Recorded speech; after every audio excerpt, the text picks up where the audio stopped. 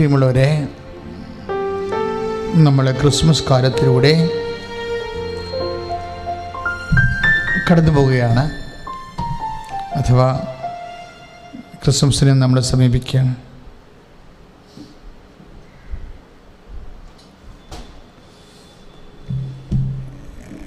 ഇന്ന് ജെറുസലേമിനെ കുറിച്ച് ഞാൻ രാവിലെ ഒരു വീഡിയോ കണ്ടത്, ബെത്ലഹേമിനെ കുറിച്ച്. 175 കിലോമീറ്ററാണ് അമ്മയും ഔസേപ്പിതാവും കൂടി നസറത്തിൽ നിന്ന് ബെത്ലഹേമിലേക്ക്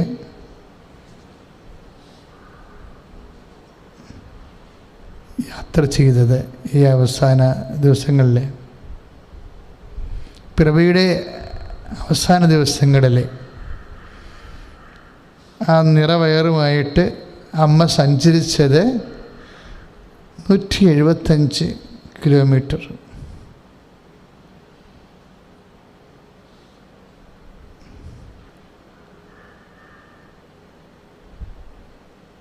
നമ്മൾ ക്രിസ്മസ് കാർഡിലൊക്കെ കണ്ടിരിക്കുന്ന പടങ്ങൾ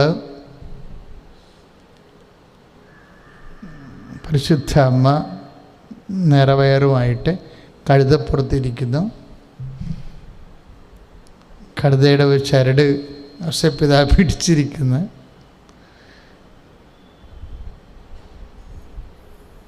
കുറച്ച് ഭാരം കഴുതപ്പുറത്തും കുറച്ച് ചാക്കിലും ചേളാവിലൊക്കെ ആയിട്ട് ഔസേപ്പിതാവിൻ്റെ ചുമലിലും അങ്ങനെയുള്ള ഒരു ഭാരപ്പെട്ട ഒരു യാത്രയാണ്.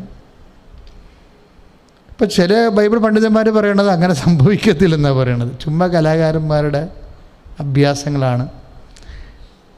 യഹൂദന്മാരാരും സ്ത്രീകളെ കഴുതപ്പുറത്ത് ഇരുത്തി പുരുഷന്മാരെ നടത്തിക്കൊണ്ട് പോണത് അവരുടെ രീതിയല്ല. അപ്പോൾ അമ്മയെ നടന്ന് തന്നെയായിരിക്കും പോയിട്ടുള്ളത്. ഔസേപ്പിതാവും നടന്ന് തന്നെ പോയത്. പക്ഷേ അമ്മ ഗർഭിണിയാണെന്നുള്ളൊരു പ്രത്യേകതയുണ്ട്. ബാക്കി ചേളാവും ഭാരവും ഭാണ്ഡവും ഒക്കെ കഴുതയുടെ പുറത്ത് വെച്ച് കെട്ടിപ്പോയെന്നാണ് ചില ബൈബിൾ പണ്ഡിതന്മാർ പറയണത്. ശരിയായിരിക്കാം. കാര്യം customs of and daily life of Bible land എന്ന് പറഞ്ഞ പുസ്തകമുണ്ട്. അതിൽ ഏതാണ്ട് ഇതേ ലെവലിലുള്ള വ്യാഖ്യാനങ്ങളാണ് നൽകുന്നത്. ഞാൻ പറഞ്ഞു വരേണ്ട കാര്യം, അമ്മയും നടന്ന് തന്നെ പോയെന്നായി പറഞ്ഞുകൊണ്ട് വരുന്നതിൻ്റെ ചുരുക്കം. പെരുവയറും വലിച്ച് അപ്പോഴും ചുരുക്കം അത് ഒഴിവാക്കാൻ പാടില്ലെന്ന് ചോദിച്ചു കഴിഞ്ഞാൽ ഒഴിവാക്കാൻ പറ്റത്തില്ല. സെൻസസാണ്. അപ്പം അതിനൊക്കെ ഡേറ്റും കാര്യങ്ങളൊക്കെ ഉണ്ട്. അപ്പോൾ ഡേറ്റ് ഫിക്സ് ചെയ്ത് കഴിഞ്ഞാൽ അതിനുള്ളിൽ പോയി ഇപ്പോൾ ഇവിടുത്തെ നമ്മുടെ നാട്ടിലുള്ള സെൻസൊക്കെ ടീച്ചേഴ്സൊക്കെ നമ്മുടെ വീട്ടിൽ വരും അല്ലേ. ആടെത്ര, കോഴിയെത്ര, മനുഷ്യരെത്ര എന്നൊക്കെ ചോദിക്കാൻ വേണ്ടി നമ്മുടെ വീട്ടിൽ വരും. പക്ഷേ റോമൻ രീതി അനുസരിച്ച് അവരവരുടെ ഒരു ജനിതകമായിട്ട് സവിശേഷതയുള്ള സ്ഥലമുണ്ടാകും. ആ സ്ഥലത്ത് ചെന്നാണ് അവർ ഇത്രാം തീയതിക്കുള്ളിൽ കണക്ക് കൊടുക്കേണ്ടത്. അപ്പോൾ ഗർഭിണിയായാലും അതൊന്നും അതിന് ഓപ്ഷനില്ല. അപ്പോൾ അതായത് മനുഷ്യൻ്റെ നിയമമാണ്, സീസണിൻ്റെ ലോയാണത്. അപ്പോൾ ഭൂമിയിലുള്ള രാജാക്കന്മാരുടെ പൊളിറ്റിക്കലായിട്ടുള്ള ഇതുപോലെയുള്ള സിവിൽ ലോയ്ക്ക് ചില സമയത്ത് നമുക്ക് വലിയ ഭാരങ്ങളൊക്കെ ഉണ്ടാവും. അത് മൂലം അത് ക്ഷമയോടെ സ്വീകരിക്കുന്ന, അക്സെപ്റ്റ് ചെയ്യുന്ന, അതിനെതിരെ ഇപ്പോഴാണ് ഈ വയ്യാവേലി വന്നത്, എന്ത് കഷ്ടമായി പോയി, അങ്ങനെ ഒന്നും പറയുന്ന ആളല്ല അമ്മ. ഈ ഭാരം അമ്മയ്ക്ക് എങ്ങനെയാണ് ലഘുവായതെന്ന് ചോദിച്ചു കഴിഞ്ഞാൽ അതിനെ ദൈവഹിതം പോലെ അങ്ങ് അക്സെപ്റ്റ് ചെയ്യും. നമ്മുടെ ജീവിതത്തിൻ്റെ സ്വാഭാവികമായ ഭാരങ്ങൾ, നമ്മുടെ ജീവിതത്തിൽ വരുന്ന സ്വാഭാവികമായ ഭാരങ്ങളില്ലേ. ഇപ്പം ഞാൻ എന്തിങ്ങനെ പറയണമെന്ന് വെച്ച് കഴിഞ്ഞാൽ, കഴിഞ്ഞ ആഴ്ചയിൽ പരിശുദ്ധാത്മാവ് ഇവിടെ നിൽക്കുമ്പോൾ തന്ന ഒരു പ്രത്യേക നോട്ട് ദൈവത്തെ വിസറിയായി ഉപയോഗിക്കരുതെന്നാണ്. ഫാൻ, അത് ഇപ്പോൾ ഇവിടെ വെച്ച് കിട്ടിയതാണത്. അവിടെ ഞാനത് ഉടനെ പറഞ്ഞത്, ദൈവത്തെ ഇങ്ങനെ കേവലം ഫാനായിട്ട് ഉപയോഗിക്കരുത്, അതിനുള്ളതല്ല ദൈവമെന്ന്. നമുക്ക് ഏതെങ്കിലും തരത്തിലൊരു ആശ്വാസം തരാൻ വേണ്ടിയുള്ള, അതിനു വേണ്ടി പ്രിസ്ക്രൈബ് ചെയ്തിട്ടുള്ളൊരു പദ്ധതിയല്ല നമ്മുടെ വിശ്വാസം എന്ന് പറയണത്. അതിൻ്റെ പൗലോസ് ഈ വിഷയത്തിൽ പറയണത്, ജീവിതത്തിന് ഭാരങ്ങളുണ്ട്, പക്ഷേ അത് നമ്മൾ തന്നെ വഹിക്കണമെന്ന് പറയും. ജീവിതത്തിന് മനുഷ്യൻ്റെ ഭാരങ്ങളുണ്ടാവും, സ്വാഭാവികമായ ഭാരങ്ങളുണ്ടാവും. അതാണല്ലോ ജീവിതം, അതാണ് ജീവിതം. അപ്പം അതുകൊണ്ട് അത് നമ്മൾ തന്നെ വഹിക്കാൻ പറയും. എനിക്കത് 6-ാമത്തെ അധ്യായത്തിലാണ്, ഗലാത്യർ 6:12 വായിക്കും, 6:5 വായിക്കുമ്പോഴേ ഗലാത്യർ 6 ഓരോരുത്തരുടെയും ഭാരങ്ങൾ അവരവർ തന്നെ വഹിക്കണം. ക്രിസ്മസ് നമുക്ക് നൽകുന്ന ഒരു സന്ദേശം ആണത്. ഈ വിഷയത്തിൽ ഒരു ലഘു, അതിനൊരു ഈ ഗർഭിണി പെണ്ണിൻ്റെ ഇപ്പം പ്രസവിക്കാൻ വേണ്ടി നിൽക്കുന്ന നമ്മൾ ദൈവമാതാവെന്ന് പറയുന്ന ആ വ്യക്തിയുടെ ഭാരം ലഘൂകരിച്ച് കൊടുക്കാൻ ദൈവം തയ്യാറല്ല. എന്തിനാണെന്നറിയാമോ ഞാനിങ്ങനെ പറയുന്നതിൻ്റെ കാരണം? പല ആൾക്കാരും ഇച്ഛാഭംഗം അനുഭവിക്കണത് ദൈവത്തോട് പരിഭവം, പരാതി, അതിൻ്റെ പേരിൽ പ്രാർത്ഥനയ്ക്ക് മുടക്കമൊക്കെ വരുത്തുന്നതിൻ്റെ പിന്നിലുള്ള ഒരു കാര്യം, അവിടെ കാര്യങ്ങൾ, അവിടെ ഭാരങ്ങൾ ദൈവം ഏറ്റെടുക്കണില്ല. ദൈവം ഭാരവണ്ടിയൊന്നുമല്ല, എൻ്റേതായാലും നിൻ്റേതായാലും. ദൈവം ഒരു ഭാരവണ്ടിയായിട്ട് ദൈവത്തെ കാണരുത്. നമ്മുടെ ഭാരങ്ങളെല്ലാം കയറ്റി വെച്ചിട്ട് തള്ളിക്കൊണ്ടു പോകാൻ പറ്റിയ ഒരാളായിട്ട് ദൈവത്തെ കണ്ടാൽ ദൈവത്തെ നിങ്ങൾക്ക് മിസ് ചെയ്യും. നമ്മൾ ദൈവത്തോട് ചോദിക്കേണ്ടത് എന്താണ് എന്ന് എപ്പോഴും മനസ്സിലാക്കണം. ഭാരം ഉണ്ടാകും. ഇപ്പോൾ പൗലോസ് അപ്പോസ്തലൻ പറഞ്ഞ പോലെ നമ്മളെ ഡിസോൺ ചെയ്യുകയല്ല, നിങ്ങളത് മനസ്സിലാക്കണം. കൈ ഒഴിഞ്ഞ് സംസാരിക്കുകയല്ല. പൗലോസ് അപ്പോസ്തലൻ്റെ രീതി എന്താ? 6:5 എന്താ പറയണ ഗലാത്യർ? ഓരോരുത്തരുടെയും ഭാരങ്ങൾ അവരവർ തന്നെ വഹിക്കണമെന്ന് പറയുമ്പോഴേ നമ്മളൊക്കെ അപ്പോൾ അച്ഛൻ ചോദിക്കും, ദൈവം ഇങ്ങനെ കൈ ഒഴിഞ്ഞ് സംസാരിക്കണം. കൈ ഒഴിഞ്ഞ് സംസാരിക്കുകയല്ല, പക്ഷേ ഈ ഭാരങ്ങൾ എടുക്കുമ്പോഴും ഈ ഭാരങ്ങളെ നമ്മൾക്ക് ലഘുവായി തീർക്കുന്ന ഒരു ദൈവിക വിഷയമുണ്ട്. അതിനാണ് കൃപയെന്ന് പറയണത്. അതിനാണ് കൃപയെന്ന്. ക്രിസ്മസ് എന്ന് പറയുമ്പോൾ ശരിക്കും നമ്മൾ ഒരുങ്ങേണ്ടത് കൃപയ്ക്ക് വേണ്ടിയാണ് ഒരുങ്ങേണ്ടത്. അതായത് ഇതൊരു സീസണാണല്ലോ. കാരണം ദൈവം നമുക്ക് കൃപ അലോട്ട് ചെയ്യാൻ സ്വാഭാവികമായിട്ടും കൂടുതൽ സാധ്യതയുള്ള ഒരു സീസണാണ്. കാര്യം വെച്ച് കഴിഞ്ഞാൽ നമ്മൾ പ്രാർത്ഥിക്കുന്നത് അമ്മ മാതാവിൻ്റെ ക്രിസ്മസ് നമുക്ക് നൽകിയിട്ടുള്ളതിൻ്റെ പേരിൽ ഭാരം അനുഭവിച്ചിട്ടുള്ള ആൾക്കാരുടെ പേരിലാണ് നമ്മൾ പ്രാർത്ഥിക്കുന്നത്. അമ്മ മാതാവിൻ്റെ പേരിലും ഉണ്ണീശ്വരൻ്റെ പേരിലും അതുപോലെ തന്നെ ഔഷപിതാവിൻ്റെ പേരിലുമൊക്കെയാണ് നമ്മൾ ഈ കാലങ്ങളിൽ പ്രാർത്ഥിക്കുന്നത്. എന്തിനാണെന്നറിയാമോ? ഇവരുടെ ഭാരങ്ങൾ എങ്ങനെയാണ്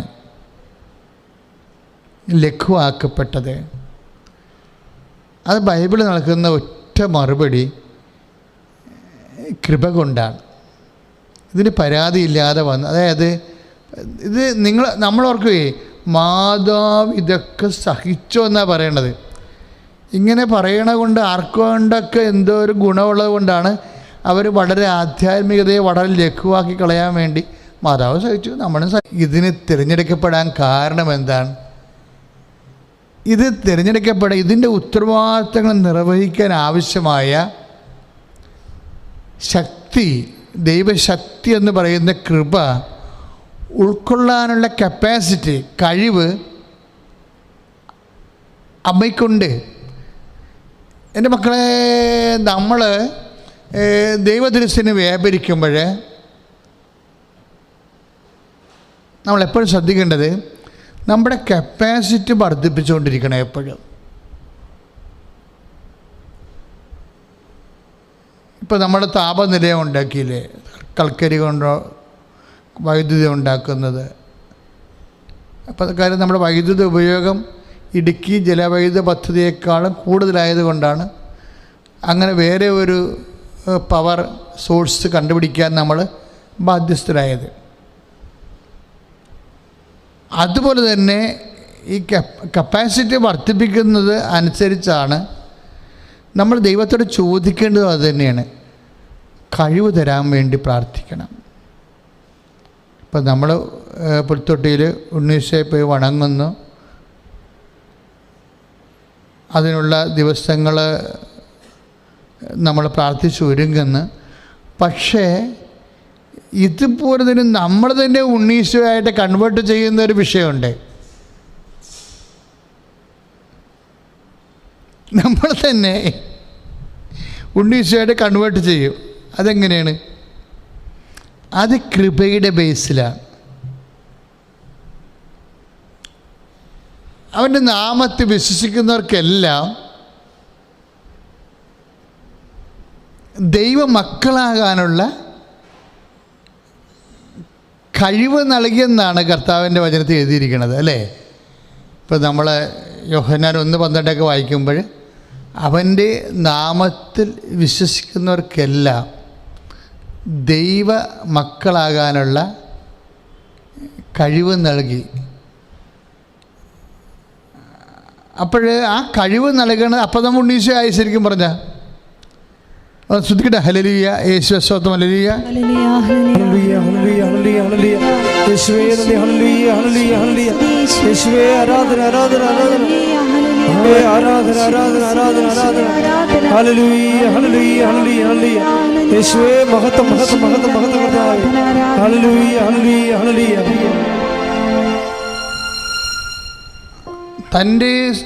തന്നെ സ്വീകരിച്ചവർക്കെല്ലാം, തൻ്റെ നാമത്തിൽ വിശ്വസിക്കുന്നവർക്കെല്ലാം ദൈവമക്കളാകാനുള്ള കഴിവ് നൽകി. അതാണ് യോഹന്നാൻ 1:12 നമ്മൾ വായിക്കുന്നത്. ശരിക്കും പറഞ്ഞ ദൈവവേദനെ നീ ഞാനും പ്രാർത്ഥിക്കേണ്ടത്, ക്രിസ്മസിന് പ്രാർത്ഥിക്കേണ്ടത് ഈ കഴിവിനെ ബേസ് ചെയ്താണ്. ദൈവത്തിൻ്റെ മക്കളായി ഉണ്ണീശോയായി ജനിക്കാനുള്ള നമ്മുടെ സാധ്യതയുണ്ട്. ഈ സാധ്യതയെന്ന് പറയുന്നത് ദൈവമക്കളാകാനുള്ള കഴിവാണ്. ഈ കഴിവിനാണ് അച്ഛൻ നേരത്തെ കൃപ എന്ന് പറഞ്ഞത്. പരിശുദ്ധ അമ്മയുടെ പ്രത്യേകത, പരിശുദ്ധ അമ്മയ്ക്ക് എങ്ങനെ സാധ്യത ലഭിച്ചെന്ന് വെച്ചാൽ, പരിശുദ്ധ അമ്മയ്ക്ക് കിട്ടിയ കഴിവെന്താണ്? അത് അംഗീകരിച്ചുകൊണ്ടാണ് മാലാഖ മംഗളവാർത്ത പറയണത്. എന്താണ്? കൃപ നിറഞ്ഞവളെ സ്വസ്തി. പിന്നെന്താണ്? കർത്താവ് നിന്നോട് കൂടെ. അപ്പം ദൈവം നമ്മോട് കൂടെ എന്ന് പറയുമ്പോൾ നമ്മൾ ഈ അമ്മയുടെ ഉദരത്തിൽ ഉരുവായ പുത്രന്തമ്പുരാനെ കുറിച്ചല്ല പറയണത് അവിടെ. അതായത് ദൈവം, ഈ കൃപയുള്ളവരുടെ കൂടെ എപ്പോഴും ദൈവം ഉണ്ടാവും. അഥവാ ദൈവത്തെ കൂടെ കൂട്ടാനുള്ള ഒരു പ്രധാനപ്പെട്ട പോംവഴി എന്ന് പറയണത് കൃപ ആർജിക്കുകയാണ്. അതാണ് ഈ കഴിവ് ആർജിക്കുകയാണ്. കൃപയുണ്ടെങ്കിൽ ദൈവം നമ്മോട് കൂടെ ഉണ്ടാകും. ഇത് ഭയങ്കര സീരിയസ് വിഷയമാണ്. മക്കൾ വളരെ ശ്രദ്ധയോടെ കേട്ട് പ്രാർത്ഥിക്കേണ്ടതാണ്. അച്ഛനോട് ചേർന്ന് പ്രാർത്ഥിച്ച്, കർത്താവേ പരിശുദ്ധ അമ്മയെപ്പോലെ ഏത് ഭാരവും ലഘുവാക്കുന്ന ദൈവകൃപയെന്ന കഴിവ് ആർജിക്കുവാൻ അതുവഴി എൻ്റെ ജീവിതയാത്രയിൽ ദൈവത്തെ എൻ്റെ കൂടെ കൂട്ടുവാൻ എന്നെ അനുഗ്രഹിക്കണമേ. സ്തുതിക്കട്ടെ. Hallelujah, hallelujah, hallelujah, hallelujah. യേശുവേ നന്ദി. Hallelujah, hallelujah, hallelujah, hallelujah, hallelujah, hallelujah, hallelujah. ആരാധന, ആരാധന. Hallelujah, hallelujah. യേശുവേ. അതായത് ഇപ്പം നമ്മൾ തന്നെ നമുക്ക് ഈ ഭാരം ഉണ്ടാകുമ്പോൾ ദൈവം തന്നതല്ലേ അങ്ങനെ പറയുന്നവരുണ്ട്. നമുക്ക് ഭാരം വരുമ്പോഴേ ദൈവം തന്നതല്ലേ, അനുഭവിക്കാതിരിക്കുക. എന്നുവെച്ചാൽ വരാൻ പോകുന്നത് വഴി തങ്ങുവാന്ന് ചോദിക്കത്തില്ലേ, അതുപോലെയുള്ള ശാപമായിട്ടാണ്, നിവൃത്തിയില്ലാത്ത കൊണ്ട് നമ്മൾ അനുഭവിക്കുന്ന വിധിയായിട്ടാണ് ഇങ്ങനെ പറയുന്നവർ ഉള്ളിൽ ഉദ്ദേശിക്കുന്നത്. നമുക്കൊരു ഭാരം വന്നു വിചാരിച്ചോ. ഇപ്പോൾ ഞാനൊരു ദിവസം ഒരു അമ്മ എന്നെ ആലപ്പുഴ സൈഡിലൂടെ നടന്നു പോകേണ്ട ഒരു ആവശ്യം ഉണ്ടായിരുന്നു. അവിടെ വണ്ടി ഇറങ്ങിയിട്ട് നടന്നു പോയതാണ്. അപ്പോൾ ഉടനെ ഒരു ചേടത്തി ഇടക്കുന്നോട് ചോദിച്ചു, പിന്നെ ജോസഫച്ചാ ഇല്ലെന്ന് ചോദിച്ചു. ഞാൻ പറഞ്ഞ അതേ ചേച്ചി, എന്താ അച്ഛൻ എൻ്റെ വീട്ടിലൊന്നും വരുമോ എന്ന് ചോദിച്ചു. അപ്പോൾ ഞാനവിടെ ഒത്തിരി അകലെയാണെന്ന് ചോദിച്ചു. ഞാൻ അകലെയല്ലേ, ഇവിടെയാണ്, അടുത്താണ് അച്ഛാന്ന്. ഞാനവിടെ അടുത്ത് ഒരു 15 അടി വെച്ചപ്പോൾ അവിടെ വീടിനകത്തായി റോഡിൽ നിന്ന്. അപ്പോൾ എന്താണ്, ഞാൻ ആ വീട്ടിൽ ചെന്ന് കഴിഞ്ഞപ്പോൾ അച്ഛൻ 1 മിനിറ്റ് എന്ന് പറഞ്ഞു. 1 മിനിറ്റ് എന്ന് വെച്ചാൽ അവർ പാവുണ്ടെന്ന് വിരിച്ച്. അപ്പോൾ ഞാനവിടെ നിൽക്കുകയാണ്. അതിനുശേഷം അവർ തിരികെ എത്തിച്ച്. അപ്പോൾ ഞാനവിടെ പായ എനിക്ക് മുട്ടുകുത്താനാണെന്ന് വിചാരിച്ചുകൊണ്ട് ഞാൻ മുട്ടുകുത്താൻ അച്ഛാ 1 മിനിറ്റ് എന്ന് പറഞ്ഞു. പിന്നെ ഒരു കൊച്ചിനെ കൊണ്ടുവന്ന് കിടത്തി അവിടെ. അപ്പോൾ ഞാൻ അവിടുത്തെ പ്രാർത്ഥനയ്ക്ക് സമയമായി, കൊച്ചിന് വേണ്ടി കൂടി പ്രാർത്ഥിക്കാനായിരിക്കും വിചാരിച്ചത്. പ്രാർത്ഥന തുടങ്ങുമ്പോൾ അച്ഛാ 1 മിനിറ്റ് അത് വേണ്ടി ഞാൻ പറഞ്ഞു. അത് വേറൊരു കൊച്ചിനെ കൂടി കൊണ്ടുവന്ന് കിടത്തി അവിടെ. അപ്പം ഞാൻ നോക്കിയപ്പോഴേ ആ കൊച്ചിനെ എങ്ങനെയായാലും ഒരു 4 വയസ്സ് ഉണ്ട് അതിന്. പക്ഷേ അത് എഴുന്നേൽക്കണില്ല, കൊച്ച് എഴുന്നേൽക്കണില്ല. അതായത് ജനിച്ച പടി ഇങ്ങനെയാണ്. അത് ഒന്നല്ല, 2 കൊച്ച് ഇരട്ട പ്രസവിച്ച് 2 കൊച്ചിനൊക്കെ നടക്കാൻ പാടില്ല. എനിക്കാണെങ്കിൽ വല്ലാത്ത വിഷമം തോന്നിപ്പോയി. കാര്യം ഇപ്പം ഈ മലമൂത്രങ്ങളെല്ലാം ആ കുഞ്ഞൊക്കെ ആ പായത്ത് തന്നെയാണ്. എത്ര പായ ഉറഞ്ഞ് തീർന്നിട്ടുണ്ടെന്ന് ദൈവത്തിന് അറിയാം. ഇനി എത്ര കാലം അവരിത് സഹിക്കണമെന്ന് നമുക്കറിയത്തില്ല. എത്ര പായ ഇതുപോലെ സഹായിക്കാൻ ആരില്ലാതെ മലമൂത്രം തന്നെ വന്ന് ദ്രവിച്ച് പോയിട്ട് നമുക്കറിയത്തില്ല. 2 കുഞ്ഞുങ്ങളല്ലേ. ആ വീട്ടിലൊരു സമാധാനത്തിൽ ഭക്ഷണം കഴിക്കാൻ പറ്റുമോ? അപ്പോൾ നമ്മൾ ചിലർ പറയും ഇത് ദൈവത്തിൻ്റെ ശാപമായിരിക്കും, പൂർവികരുടെ ദോഷമായിരിക്കും എന്ന്. അങ്ങനെയൊക്കെ ഒന്നും കയറി പറഞ്ഞേക്കരുത് ഉടനെ. ഇതൊക്കെ തടിതപ്പാൻ വേണ്ടിയുള്ള വിഷയങ്ങൾ അറിയാൻ പാടില്ലെങ്കിൽ വേറെ ഏതെങ്കിലും വിഷയത്തിന് മുതുകത്ത് വെച്ചിട്ട് തല ഊരാൻ വേണ്ടിയുള്ള തൽക്കാല തരികിടമായിട്ടുള്ള ചില പരിപാടികളാണ്. അതായത് ഇത് എൻ്റെ മക്കൾ ഈ സംഭവത്തിന് ഇതുപോലെ ഞാൻ ഈ DSSകാരുടെ ഒരു കോൺവെൻറ്റിൽ ചെന്ന്, അപ്പോൾ അവർ കപ്പ ഉണക്കുകയായിരുന്നു. കപ്പ അരിഞ്ഞ് അവിടെ വെയിലത്തിൽ ഉണക്കുകയായിരുന്നു. അപ്പോൾ അതൊക്കെ ലഘുവായിട്ടുള്ള ഭക്ഷണം കഴിച്ച് ഉള്ളതുപോലെ ജീവിക്കുന്ന പാർട്ടിയാണ്. എനിക്ക് അവരെ അറിയാം നല്ലവണ്ണം. അവർ എൻ്റെ ഇടവക വർക്ക് ചെയ്തിട്ടുള്ളതാണ്. അപ്പം ഞാൻ അവരുടെ മദർ ഹൗസിലെവിടെ പോയത്. അവിടെ ചെന്നപ്പോഴേ അച്ഛൻ ഞങ്ങളുടെ എല്ലാ വാർഡിലൊക്കെ ഒന്ന് പ്രാർത്ഥിക്കണം കേട്ടോ എന്ന് പറഞ്ഞു. അപ്പം ഞാൻ അവരുടെ കൂടെ അപ്പോൾ വാർഡെന്നാണ് പറയണത്. അപ്പോൾ മഠമാണത്. ഞാൻ എന്ത് പരിപാടി അല്ല കുറച്ച് കുഞ്ഞുങ്ങൾക്ക് വേണ്ടി പ്രാർത്ഥിക്കണമെന്ന് പറഞ്ഞു. അപ്പോൾ ഞാൻ അവരുടെ കൂടെ കുഞ്ഞുങ്ങളുടെ അടുത്ത് പോയി. അപ്പോഴുണ്ട് ഒരു 10-30 തൊട്ടിൽ. 10-30 തൊട്ടിൽ. അതായത് ഈ 30 തൊട്ടിലും ഞാൻ പോയി പ്രാർത്ഥിച്ചു. അപ്പോൾ ഈ കുഞ്ഞുങ്ങളൊക്കെ ചിലന് തല വലുതായിരിക്കുന്നു, ചിലതിന് കൈയും വിരലുകളൊന്നുമില്ല, ചിലർ വളരുന്നില്ല. അപ്പോൾ ഈ കുഞ്ഞുങ്ങളെല്ലാം ഇതിൻ്റെ അകത്ത് തന്നെയാണ് മലമൂത്രങ്ങളൊക്കെ ചെയ്യണത്. ഞാൻ ഇവരെ എനിക്കത് കണ്ടപ്പോൾ തന്നെ ചങ്ക് പിടച്ചുപോയി. അപ്പോൾ ഇവരെ നോക്കണ സിസ്റ്റേഴ്സ് 3 പേരാവട്ടെ അവിടെ ഉണ്ട്, കൊച്ചു സിസ്റ്റേഴ്സാണ്. അതായത് അവർ എൻ്റെ സ്മാർട്ട് സിസ്റ്റേഴ്സ്. അതായത് അവിടെ നമ്മൾ ഒരു ദിവസം നിൽക്കത്തില്ല. കുഞ്ഞുങ്ങളോട് സ്നേഹമുള്ളവൻ 1 മണിക്കൂർ തികച്ചതിനകത്ത് നിൽക്കത്തില്ല, കണ്ണുനീര് വന്ന് വീഴും. പക്ഷേ ഈ സിസ്റ്റേഴ്സ് കുഞ്ഞുങ്ങളെ പൂമ്പാറ്റകളെ പോലെ പറന്ന് നടന്ന് എന്ത് സ്മാർട്ടായിട്ടാണ് കുഞ്ഞുങ്ങളെ എല്ലാം പരിചരിക്കുന്നത്. അതുങ്ങളൊക്കെ അവിടെ കിടന്ന് മരിച്ചു പോയുള്ളേ, എത്ര വലുതായാലും ശരി. ഈ കുഞ്ഞുങ്ങളെ എന്തിന്? ലോകത്തിന് ആകെപ്പാടെ അറിയാവുന്നത് കാരുണ്യവധം അല്ലെങ്കിൽ അബോർഷൻ, ഇതേ അറിയാൻ പാടുള്ളൂ.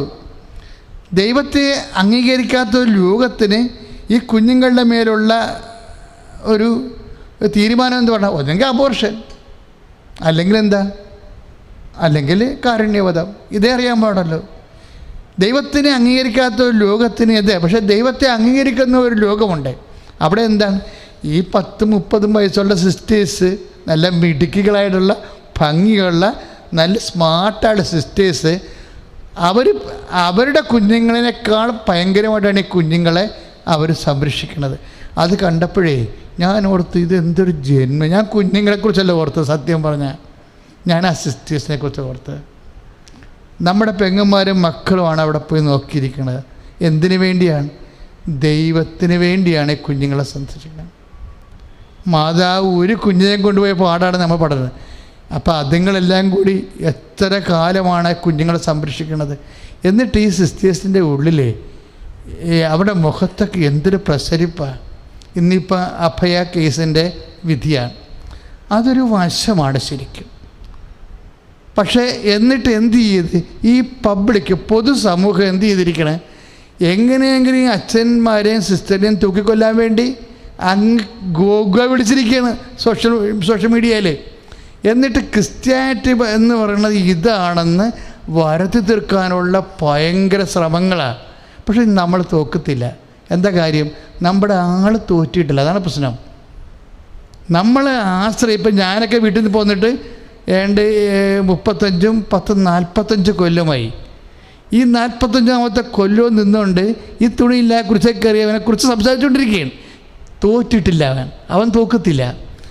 ലോകം എന്ത് പറയുന്നു, എന്ത് ബ്രാൻഡ് ചെയ്യുന്നു, ഇതൊന്നും ഒരു ദൈവവിളിയുള്ള ഒരു കൃപ ആർജിച്ചിട്ടുള്ള വ്യക്തിക്ക് പ്രശ്നമല്ല.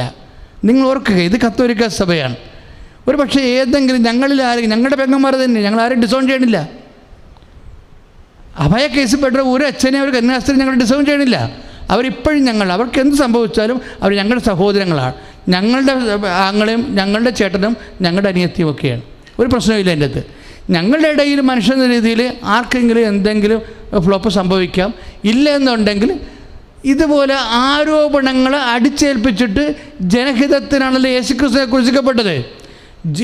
ഇന്ന് നടക്കുന്നത് എന്താണ്? കോടതി പോലും നടക്കുന്ന കാര്യങ്ങൾ എന്താണ്? പണ്ടൊക്കെ ജഡ്ജിമാർ പത്രം വായിക്കത്തില്ലായിരുന്നു, ഇന്ന് ജഡ്ജിമാർ പത്രം വായിക്കും. സത്യമായിട്ടും എന്തിനാണെന്നറിയാമോ? പണ്ട് ജഡ്ജിമാർ TV കാണത്തില്ലായിരുന്നു. എന്താ കാര്യം? അവരുടെ ജഡ്ജ്മെൻറ്റിനെ സ്വാധീനിക്കാതിരിക്കാൻ വേണ്ടിയാണ്. ഇന്ന് മീഡിയയും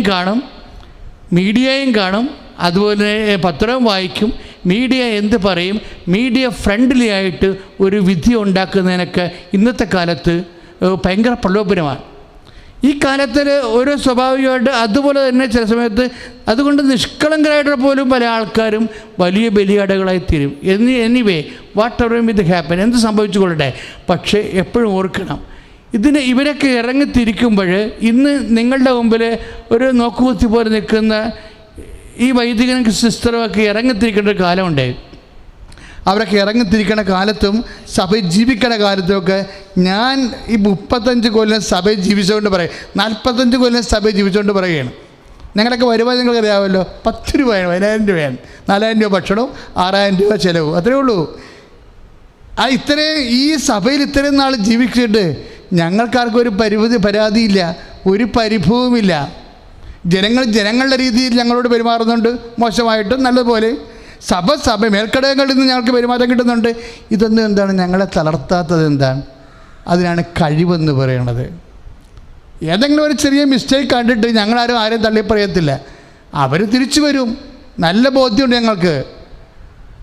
അതിനേക്കാൾ വലിയ കൃപയിൽ തന്നെ അവർ വിശുദ്ധരായിട്ട് മരിക്കുകയും ചെയ്യും. അത് കാര്യം. ഇത് വിശുദ്ധരുടെ സഭയാണ്.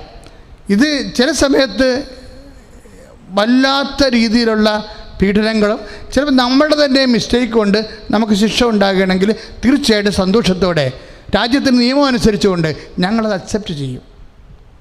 പക്ഷേ എപ്പോഴും ഓർക്കുക, അതിനേക്കാൾ അതിലംഘിക്കുന്നതാണ് ദൈവത്തിൻ്റെ കൃപയെന്ന് പറയണത്.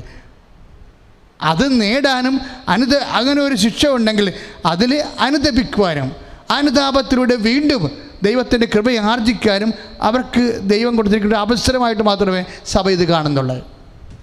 ഞങ്ങളെല്ലാവരും നമ്മളൊരുമിച്ച് വിശ്വാസികളും എന്താ കാര്യം എന്നറിയാവോ? ഇത് ഒരു അനുതാപം കൊണ്ട് നമ്മൾ കഴിവ് നേടുന്ന, കൃപ ലഭിക്കുകയും അതിനെ അതിജീവിക്കുകയും അതിജീവിച്ച് കുരിശിനെപ്പോലും ജയിക്കുന്ന ഒരു വലിയ വിശ്വാസത്തിൻ്റെ ജീവിത സരണിയിൽ സാക്ഷ്യം വഹിക്കുന്നതാണ് സഭയുടെ ഏറ്റവും വലിയ ഉദ്യമം, ഏറ്റവും വലിയ അനുഗ്രഹം, ഏറ്റവും വലിയ യോഗ്യത.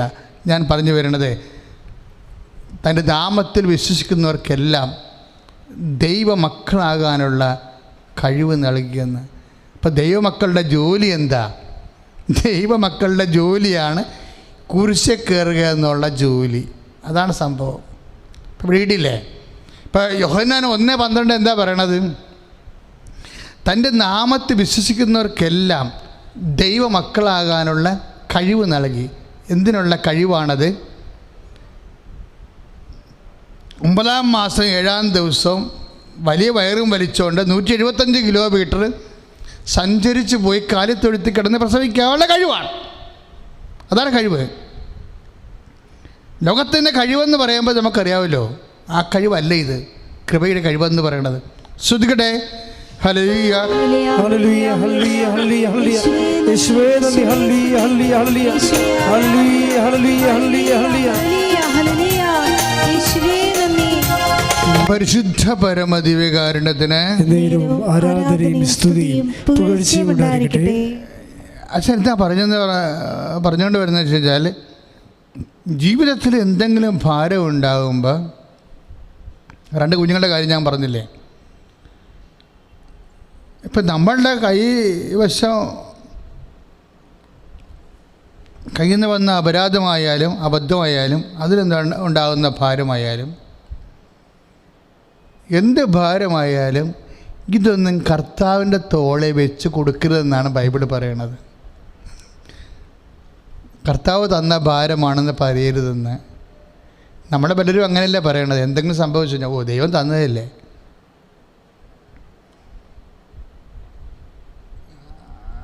ഇനി സഹിക്കാതിരിക്കാൻ പറ്റുമോ?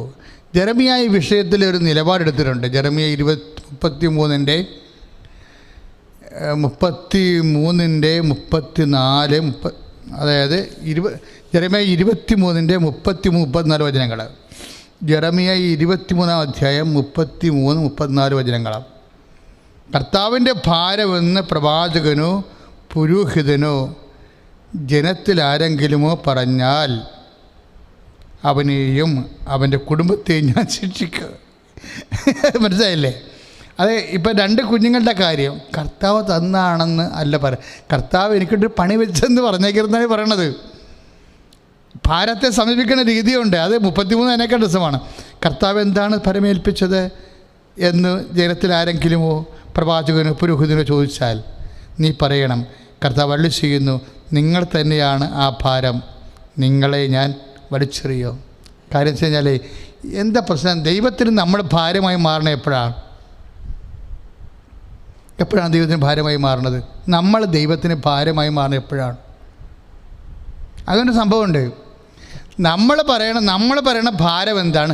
കർത്താവ് നമുക്ക് ഭാരം തന്നാണെന്നാണ് പറയണത്. ദൈവം തന്നതല്ലേ, ഇത് വിധിയല്ലേ. ഇത് വിധിയാണെന്ന് ഹൈന്ദവ സഹോദരങ്ങൾ പറയുന്നതിന് പകരം ക്രിസ്ത്യാനികൾ എന്താ പറയണത്? ദൈവം തന്നതല്ലേ എന്ന്. അപ്പോൾ ദൈവം തന്ന ഭാരം എന്നാണ് അതിൻ്റെ അർത്ഥം. പക്ഷെ അങ്ങനെ ഒരു സംഭവം ഇല്ലെന്നാണ് ജെറമിയ പറയണത്. ശ്രദ്ധിക്കുക, കർത്താവിൻ്റെ ഭാരം, ജെറമിയ 23:34, കർത്താവിൻ്റെ ഭാരം എന്ന് പ്രവാചകനോ പുരോഹിതനോ ജനത്തിനാരെങ്കിലുമോ പറഞ്ഞാൽ അവനെയും അവൻ്റെ കുടുംബത്തെയും ഞാൻ ശിക്ഷിക്കാം. എന്താ കാര്യം? ദൈവം ആർക്കും ഭാരം കൊടുക്കണില്ല എന്നതിൻ്റെ അർത്ഥം. ദൈവം ആർക്കും ഭാരം കൊടുക്കുന്നില്ല. പിന്നെ എന്താ സംഭവിക്കണത്? സ്വാഭാവികമായ ജീവിതത്തിൻ്റെ ഭാഗമായി സംഭവിക്കുന്ന എല്ലാ വിഷയങ്ങളും നമ്മൾ ദൈവനാമത്തിലാണ് ഏറ്റെടുക്കണമെങ്കിൽ നമുക്ക് എന്നാ സംഭവിക്കും? അത് കൃപയായി മാറും. ഇപ്പം നമ്മൾ യോഹന്നാൻ 1:12 വായിച്ചില്ലേ? തൻ്റെ നാമത്തിൽ വിശ്വസിക്കുന്നവർക്കെല്ലാം ദൈവമക്കളാകാനുള്ള കഴിവ് നൽകിയെന്ന് വെച്ചു. അപ്പോൾ ഈ വിഷയത്തിൽ വരേണ്ടത്, അതായത് ഭാരം വഹിക്കുന്ന എല്ലാവരും ശ്രദ്ധിക്കണം. ഭാരം എടുത്തു മാറ്റണമെന്ന് പ്രാർത്ഥിച്ചാൽ മരണം വരെ നമ്മൾ ഭാരം എടുത്തു മാറ്റാൻ വേണ്ടി പ്രാർത്ഥിക്കും. ചിലതെടുക്കപ്പെടും, ചിലതെടുക്കപ്പെടത്തില്ല. എന്താ കാര്യം? ചില ഭാരങ്ങൾ നമ്മൾ തന്നെ ഉണ്ടാക്കുന്നതാണ്. ഇപ്പം യോന എന്നാ പറഞ്ഞത്? കപ്പലിലുള്ള ആൾക്കാർ ഭാരം കുറക്കാൻ വേണ്ടി കുറേ പരിപാടിയൊക്കെ അവർക്കറിയാവുന്ന കുറച്ച് പൊടിക്കുകയൊക്കെ ചെയ്ത്, കപ്പലിന് ഭാരം കുറക്കാൻ വേണ്ടിയേ അവർക്കറിയാവുന്ന കുറച്ച് പൊടിക്കൈകളൊക്കെ അവർ ചെയ്ത്. എന്താ? ഗോതമ്പ് ചക്കൊക്കെ എടുത്ത് വലിച്ചെറിഞ്ഞ് വെള്ളത്തിൽ കളഞ്ഞ്. എന്നിട്ടും കാറ്റും കോളും ശമിക്കാതിരുന്നപ്പോഴേ എല്ലാ ചരക്കും എടുത്ത് പുറത്ത് കളഞ്ഞു എന്നാണ് യോനയുടെ പുസ്തകം പറയണത്. പക്ഷേ കളയേണ്ട ചരക്ക് അടിത്തട്ടി കിടന്ന് ഉറങ്ങുകയാണ്. ഭാരം വേണം, ശരിക്കുമുള്ള ഭാരമുണ്ടേ. ആരാണത്? യോനയ്ക്ക് എങ്ങനെയാണ് ഭാരം വർദ്ധിച്ചത്? നമ്മൾക്ക് എങ്ങനെയാണ് ഭാരം ഉണ്ടാകണത്? ഭാരം വർദ്ധിക്കണത് എങ്ങനെയാണ്? ദൈവ വഴികൾ അന്വേഷിക്കാതെ നമ്മുടെ സ്വന്തം വഴികൾ അന്വേഷിക്കുമ്പോൾ നമുക്ക് ഭാരം കൂടിക്കൊണ്ടേയിരിക്കും.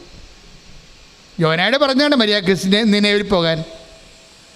യോന പേടിച്ചിട്ടാണ് കപ്പലിൻ്റെ അടുത്തട്ടിപ്പ് കിടന്നുറങ്ങി. പുള്ളിക്കാരൻ്റെ ഭാരം കൂടി, കപ്പലിൻ്റെ ഭാരം കൂടി. അപ്പോൾ യോന തന്നെ പറഞ്ഞു 1:5 യോന 1:5 ഉണ്ടത്, 1:12 എന്നെ എടുത്ത് കടലിലേക്ക് എറിയൂ, ഭാരം കുറയുമെന്ന്. കാര്യം ഞാനാണ് ഭാരമെന്ന്. ഞാനാണ് ഭാരമെന്ന് പറയുന്നതിനോട് ബന്ധപ്പെട്ടാണ് കർത്താവിൻ്റെ ഭാരമെന്ന് പ്രവാചകനോ പുരോഹിതനോ ജനത്തിൽ ആരെങ്കിലും പറഞ്ഞാൽ അവനെയും അവൻ്റെ കുടുംബത്തെയും ഞാൻ ശിക്ഷിക്കും. നിങ്ങൾ ഓരോരുത്തരും തന്നെയാണ് ദൈവത്തിൻ്റെ ഭാരം. അതായത് ഇത് ജെറമിയ 23:33 കർത്താവ് എന്താണ് ഭാരമേൽപ്പിച്ചത് എന്ന് ജനത്തിൽ ആരെങ്കിലുമോ പ്രവാചകനോ പുരോഹിതനോ ചോദിച്ചാൽ നീ പറയണം, കർത്താവ് അരുളി ചെയ്യുന്നു, നിങ്ങൾ തന്നെയാണ് ആ ഭാരം. ഈ ജെറമിയായുടെ ഈ 23:33 കൂട്ടി വെച്ച് വായിക്കേണ്ടത് ആരുമായിട്ടാണ്? യോന 1:5 1:12 എന്താണ്? കപ്പലിൻ്റെ ഭാരം കുറയ്ക്കാൻ വേണ്ടി ഓരോ ചാക്കും എടുത്ത് പുറത്ത് കളയുകയാണ്. എന്നിട്ടും ഭാരം കുറയണില്ല, കടലാക്രമണവും കുറയുന്നില്ല. അപ്പോൾ യഥാർത്ഥ ഭാരം അടുത്തടി കിടന്ന് ഉറങ്ങുകയാണ്. ഇപ്പം യോന പറഞ്ഞു ഞാനാണ് ഭാരം. എന്താണ് ആ ഭാരം? നിങ്ങൾ ഓരോരുത്തരുമാണ് ഭാരമെന്നല്ലേ ജെറമിയ പറഞ്ഞത് 23:33. ഇപ്പോഴ് യോന പറയുന്നുണ്ട് ഞാനാണ് ഭാരം. എന്താണ് ഭാരം? ദൈവഹിതം എന്താണെന്നറിഞ്ഞിട്ട് ആ ദൈവഹിതത്തിനോട് യോജിക്കാത്ത വ്യക്തികളെല്ലാം സ്വന്തമായിട്ട് ഭാരം കൂട്ടിക്കൊണ്ടേയിരിക്കും. സ്തുതികട ഹല്ലേലൂയ, യേശുവേ സ്തോത്രം, ഹല്ലേലൂയ, സ്തുതികട hallelujah, hallelujah, hallelujah, hallelujah, hallelujah, യേശുവേ സ്തുതി, ഹല്ലേലൂയ, ഹല്ലേലൂയ, യേശുവേ നന്ദി, ഹല്ലേലൂയ, ഹല്ലേലൂയ, ഹല്ലേലൂയ, ഹല്ലേലൂയ, യേശുവേ മഹത്വം, മഹത്വം, മഹത്വം, ഹല്ലേലൂയ, ഹല്ലേലൂയ, ഹല്ലേലൂയ, ഹല്ലേലൂയ, യേശുവേ നന്ദി, ഹല്ലേലൂയ, ഹല്ലേലൂയ, ആരാധന യേശുവേ, ആരാധന. അതായത് ഈ അർത്ഥത്തിലാണ് പൗലോസ് പറയണത്. എന്നാ പറയണത്? ഗലാത്യർ 6:5 ഓരോരുത്തൻ്റെ ഭാരങ്ങളെ അവനവൻ വഹിക്കേണ്ടി വരും. എന്ന് വെച്ചാൽ എൻ്റെ അർത്ഥം എന്താണ്? ഓരോരുത്തരെക്കുറിച്ചുള്ള ദൈവഹിതം. അപ്പോൾ എൻ്റെ മക്കളെ, ഇത് നമ്മുടെ വിധിയാണെന്നല്ല പറയേണ്ടത്, മറിച്ച് ഈ അസൈൻമെൻറ്റിലൂടെ ദൈവമക്കളാകാനുള്ള കഴിവ് ഞാൻ പ്രാപിക്കും. പറഞ്ഞു മനസ്സിലായില്ലേ? നമുക്ക് ദൈവം തന്നിട്ടുള്ള നമ്മൾക്ക് സ്മൂത്ത് അല്ലാത്ത, നമുക്ക് സങ്കടമുണ്ടാക്കുന്ന, പ്രതിഷേധമുണ്ടാക്കുന്ന, നിരാശ ഉണ്ടാക്കുന്ന, അതുപോലെ തന്നെ സഹനമുണ്ടാക്കുന്ന എല്ലാ സാഹചര്യങ്ങളും എന്താണത്? ദൈവമക്കളാകാനുള്ള കഴിവ് നൽകാനുള്ള ദൈവത്തിൻ്റെ പദ്ധതിയുടെ ഭാഗമാണ്. ഇതിലൂടെയാണ് നമ്മൾ ഉണ്ണീശോയായിട്ട് ജനിക്കണത്, പുനർജന്മം പ്രാപിക്കുന്നത്. ഓരോ വ്യക്തിയും ഉണ്ണീശോയായിട്ട് പുനർജന്മം പ്രാപിക്കാനുള്ള കഴിവ് എന്ന് വെച്ചാൽ ദൈവമക്കളാകാനുള്ള കഴിവാണ്. യോഹന്നാൻ്റെ 1:12 ഈ ദൈവ മക്കളാകാനുള്ള കഴിവ് പ്രാപിക്കുന്നത് എങ്ങനെയാണ്? അതിന് അനുപേക്ഷണീയമായ കൃപ ആർജിച്ചുകൊണ്ടാണ്. ഇപ്പോഴേ പഞ്ചായത്തിലൊക്കെ ഭരണം തുടങ്ങിയിരിക്കുക. അപ്പം പഞ്ചായത്ത് ഭരണത്തിൽ ഓരോ വിഷയത്തിലും പദ്ധതി ഉണ്ടെങ്കിൽ ഫണ്ടിങ് ഉണ്ടാവും. പദ്ധതി പ്രകാരമേ പഞ്ചായത്ത് പ്രവർത്തിക്കാൻ പറ്റത്തുള്ളൂ, അല്ലേ? പക്ഷേ പദ്ധതിക്ക് അലോട്ട്മെൻ്റ് ഉണ്ട്. കേന്ദ്ര ഗവൺമെൻറ് ഫണ്ടുണ്ടാവും, സ്റ്റേറ്റ് ഗവൺമെൻറ് ഫണ്ടുണ്ടാവും. അപ്പം പദ്ധതി ഉണ്ടെങ്കിൽ ഫണ്ടുണ്ട്. ഇതുപോലെ ഇപ്പോൾ ഞാൻ 2 കുഞ്ഞുങ്ങളുടെ കാര്യം പറഞ്ഞില്ലേ, അതൊരു പദ്ധതിയാണ്. ഞാൻ 3 സിസ്റ്റേഴ്സിൻ്റെ കാര്യം പറഞ്ഞില്ലേ, 30 കുഞ്ഞുങ്ങളെ നോക്കുന്ന, അതൊരു പദ്ധതിയാണ്. അതൊരു പദ്ധതിയാണെങ്കിൽ തീർച്ചയായിട്ടും അതല്ലാതെ അത് കർത്താവ് തന്ന ഭാരമെന്നല്ല പറയേണ്ടത്, അതൊരു പദ്ധതിയാണ്. ആ പദ്ധതിയാണെങ്കിൽ എന്താണ്? If there is A project there is A funding. അതിന് ഫണ്ടിങ് ഉണ്ട്, കഴിവുണ്ട്, കൃപ. അതിനാണ് കൃപയെന്ന് പറയുന്നത്. നമ്മൾ ഉണ്ണീശോയായിട്ട് കൺവേർട്ട് ചെയ്യുന്നത് ആകുന്നതിന് വേണ്ടി ദൈവം പല പല വിഷയങ്ങൾ നമ്മുടെ ജീവിതത്തിലും നമ്മുടെ കുടുംബത്തിലും നമ്മുടെ ശരീരത്തിലും ഒക്കെ ദൈവം ഇൻസ്റ്റിറ്റ്യൂട്ട് ചെയ്ത് വെച്ചിട്ടുണ്ട്.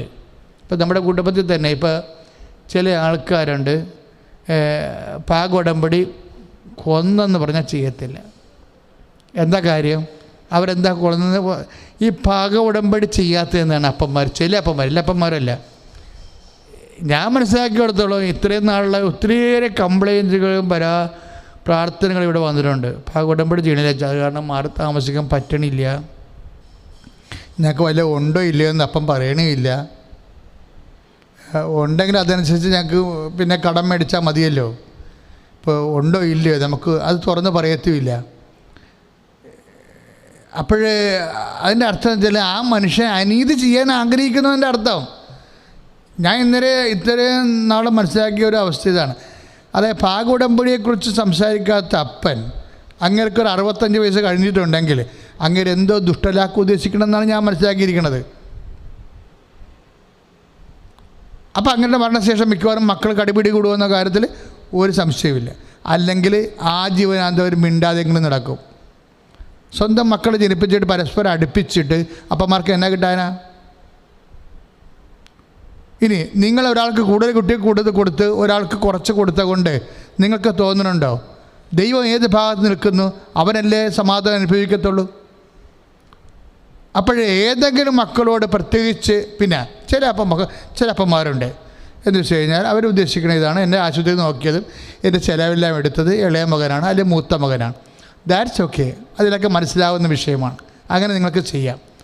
പക്ഷേ ഈ ഒരു കുടുംബമെല്ലാം കുഞ്ഞുങ്ങളെ വളർന്നു വരുന്ന സമയത്ത് തിക്കുമുട്ടൽ ചേട്ടൻ്റെ അനുജൻ്റെയും മക്കളെല്ലാം ഒരു വീട്ടിൽ താമസിച്ച് ആണുങ്ങളും പെണ്ണുങ്ങളും തമ്മിലിടിയും അസ്വസ്ഥയിൽ പോരാൻ കൊറോണയും കൂടി ആയപ്പോൾ പുറത്തിറങ്ങാൻ പറ്റണില്ല, ഇത് അകത്തിരിക്കാനും പറ്റത്തില്ല. ഇങ്ങനെയൊക്കെയുള്ള അവസ്ഥകൾ ഉണ്ടാക്കുമ്പോൾ സ്വാഭാവികമായിട്ട് ഇവർ തമ്മിൽ മാനസികമായിട്ട് അകന്നു പോകും. ഉള്ളതെങ്കിൽ ഉള്ളത് നേരത്തെ അങ്ങോട്ട് പറയണമെങ്കിൽ പിന്നെ ബാക്കിയുള്ള വിഷയം ചെയ്യാമല്ലോ. അപ്പം അങ്ങനെ വിഷയത്തിൽ എന്ന് വെച്ചാൽ ഈ ഭാരം ആരുണ്ടാക്കിയതാണ്? നമ്മളായിട്ട് ഉണ്ടാക്കിയതാണ്. ദൈവികമായ പദ്ധതിക്ക് വിരുദ്ധമായിട്ട് ചില ജഡിക തീരുമാനം എടുക്കുന്ന വഴി അമ്മയും ഈ കാര്യത്തിൽ വലിയ പുള്ളിയാണ്. കാര്യം ചില അമ്മമാർക്ക് വഴിവിട്ടാണ് പെമക്കളോട് ബന്ധം. അതിൽ കഴിഞ്ഞ ദിവസങ്ങളിൽ ഫേസ്ബുക്ക് പോസ്റ്റ് വന്നത് എന്താണ്?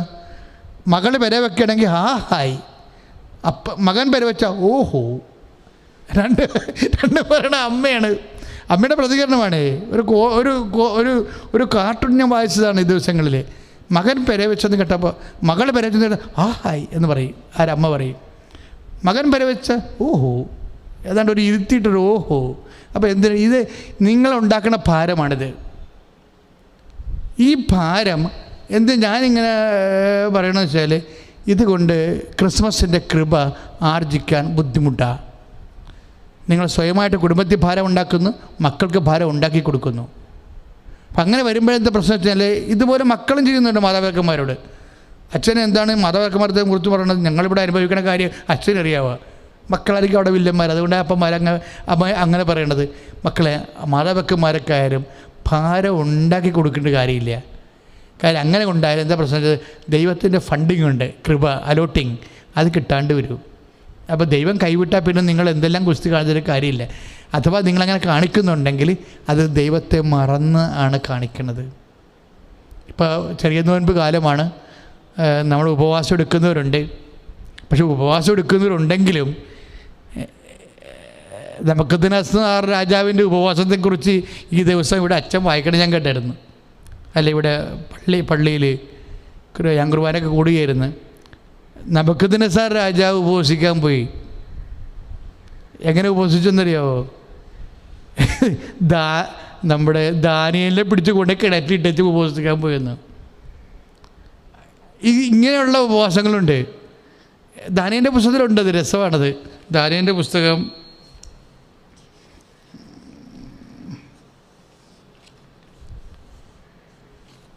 സ്തുതിയുടെ മകളെ യേശുവേ സ്തോത്രം. ഹല്ലേലൂയ. യേശുവേ ആരാധന ആരാധന ആരാധന ആരാധന. Hallelujah hallelujah hallelujah hallelujah. യേശുവേ നന്ദി. Hallelujah hallelujah. പരിശുദ്ധ പരമ ദിവ്യകാരുണ്യത്തിന് ആരാധനയും സ്തുതിയും പുകഴ്ചയും ഉണ്ടായിരിക്കട്ടെ. ദാനിയേലിൻ്റെ പുസ്തകം 6:16. ദാനിയേലിൻ്റെ പുസ്തകം 6-ാം അധ്യായം 16-ാമത്തെ വാക്യം.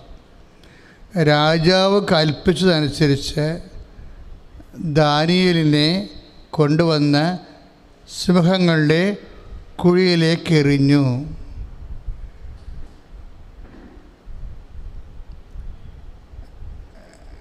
ആറ് 18 പറയുന്നത്, എന്നിട്ട് രാജാവ് കൊട്ടാരത്തിലേക്ക് പോയി രാത്രി മുഴുവൻ ഉപവാസത്തിൽ കഴിച്ചു കൂട്ടി. എങ്ങനെയുണ്ട് ഉപവാസം? പാവപ്പെട്ട ദാനിയേലിനെ പിടിച്ച് കിണറ്റിലിട്ടേ പുള്ളിക്കാർ ഉപവസിക്കാൻ പോയെന്ന്. ചെറിയ നോൻപ് കാലത്ത് ഉപവാസം ഇങ്ങനെയും വരും. മക്കളെ പിടിച്ച് കിണറ്റിലിട്ടും മാതാപിതാക്കന്മാർ ഉപവസിക്കാൻ പോകും. ഇതുപോലെ ഞാനൊരു ഭാഗം ഒരു ചെറിയ ഉദാഹരണം പറഞ്ഞതാണ്. ഓരോരോ ഇപ്പോൾ അയൽവാസിക്ക് വഴി വിട്ട് കൊടുക്കാതിരിക്കുകയും വെള്ളം കൊടുക്കാതിരിക്കുകയും വെളിച്ചം കൊടുക്കാതിരിക്കുകയൊക്കെ ചെയ്യും. പലതരത്തിൽ മറ്റുള്ളവർ വളർന്നു വരാൻ വേണ്ടിയുള്ള എല്ലാവിധ ചതിക്കുഴികളും ഒപ്പിക്കും. ലോൺ കിട്ടാതിരിക്കാൻ വേണമെങ്കിൽ ബാങ്കിലേക്ക് അവരെ വിളിച്ച് പറയും. ഒരു PSCയുടെ ടെസ്റ്റ് വന്നാൽ തിരിച്ച് പറയത്തില്ല, അപ്പുറത്തേക്ക് പറയത്തില്ല. കാര്യം രണ്ടുപേരും നഴ്സിംഗ് പഠിച്ചിരിക്കുകയും PSCക്ക് നഴ്സിംഗ് എപ്പോഴും വിളിക്കാറില്ല, 2 കൊല്ലം കൂടുമ്പോൾ വിളിക്കാറുള്ളൂ. പക്ഷെ അറിഞ്ഞാൽ മിണ്ടാതിരിക്കും. അപ്പോൾ മറ്റുള്ളവരെ പിടിച്ച് കിണറ്റിലിട്ടും നമ്മൾ ഉപവസിക്കും. എന്തിനു വേണ്ടിയാണ്? നമ്മുടെ IELTS പാസ്സാകാൻ വേണ്ടി. ഇവിടേക്കാണ് പ്രശ്നം വന്നത്. എന്തുകൊണ്ട് ക്രിസ്മസ് നമുക്ക് അവകാശമാകുന്നില്ല? എന്തുകൊണ്ട് ഓഹരി ആകണമല്ലോ വെച്ച് കഴിഞ്ഞാൽ നബൂഖദ്നേസറിൻ്റെ ഉപവാസം പോലെയാണ്. വിശുദ്ധനായ ഒരു മനുഷ്യനെ പിടിച്ച് കിണറ്റിലിട്ടും പുള്ളിക്കാരനെ ഉപവസിക്കാൻ പോയെന്ന്. 6:18 ചെറിയ നോൻപ് അവസാനിക്കാൻ പോവുകയാണ്. ഞാൻ പറഞ്ഞത് മനസ്സിലുണ്ടാവണം. നമ്മുടെ ഭാരങ്ങൾ നമ്മളായിട്ടുണ്ടാക്കുന്ന ഭാരങ്ങളാണ്. അത് കർത്താവിൻ്റെ ഭാരങ്ങളാണെന്ന് പറയരുതെന്നാണ് പറയണത്.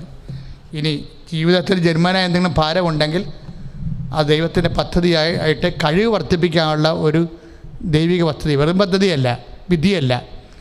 നമ്മുടെ കഴിവ് എന്ന് വെച്ചാൽ കൃപയെ ആർജിക്കാൻ വേണ്ടി അമ്മ 175 കിലോമീറ്റർ സഞ്ചരിച്ച ഈ വയറും വരച്ചുകൊണ്ട് 175 കിലോമീറ്റർ സഞ്ചരിച്ച കാര്യമാണ് നമ്മൾ പറഞ്ഞു തുടങ്ങിയത്. അവിടെ തന്നെ കൊണ്ടൊന്ന് അവസാനിപ്പിക്കുകയാണ്. ഈ ഭാരം എങ്ങനെ അമ്മ വഹിച്ചു? Hail Mary full of grace. നമ്മൾ മംഗളവാർത്തയിൽ 1:28 പറയുന്ന കൃപ നിറഞ്ഞവളെ സുസ്ഥി. അമ്മയിൽ കൃപ നിറഞ്ഞത് കൊണ്ടാണ് അമ്മയും വയറ് 9-ാം മാസത്തെ വയറും വലിച്ചുകൊണ്ട് 175 കിലോമീറ്റർ അവസാനം യാത്ര ചെയ്തത്. എല്ലാ ഭാരവും അവനവൻ്റെ ഭാരങ്ങൾ അവനും വഹിക്കണമെന്ന് ഗലാത്യർ 6:5 പറഞ്ഞ അതിൻ്റെ അർത്ഥം എന്താണ്? അങ്ങനെ ഭാരം വഹിക്കുമ്പോൾ അതിനുള്ള അലോട്ട്മെൻ്റ് ഉണ്ട്, ദൈവകൃപയുണ്ട്. കൃപയ്ക്ക് വേണ്ടി പ്രാർത്ഥിക്കണമെന്നാണ്. കൃപയാണ് യോഹന്നാൻ 1:12 കഴിവെന്ന് പറയണത്. അത് ഭാരം വഹിക്കാനുള്ള കഴിവാണ്. കൃപയാണ് ഭാരം വഹിക്കാനുള്ള കഴിവ്. കൃപയെന്ന് പറയുന്നത് ദൈവത്തിൻ്റെ ശക്തിയാണ്. മനുഷ്യന്മാരുടെ ശക്തിയേക്കാളുപരി ദൈവത്തിൻ്റെ ശക്തിയാണ് കൃപ. ആ കൃപയാണ് ഭാരം വഹിക്കാനുള്ള കഴിവ്. ആ കഴിവാണ് പരിശുദ്ധ അമ്മ ആർജിച്ചത്.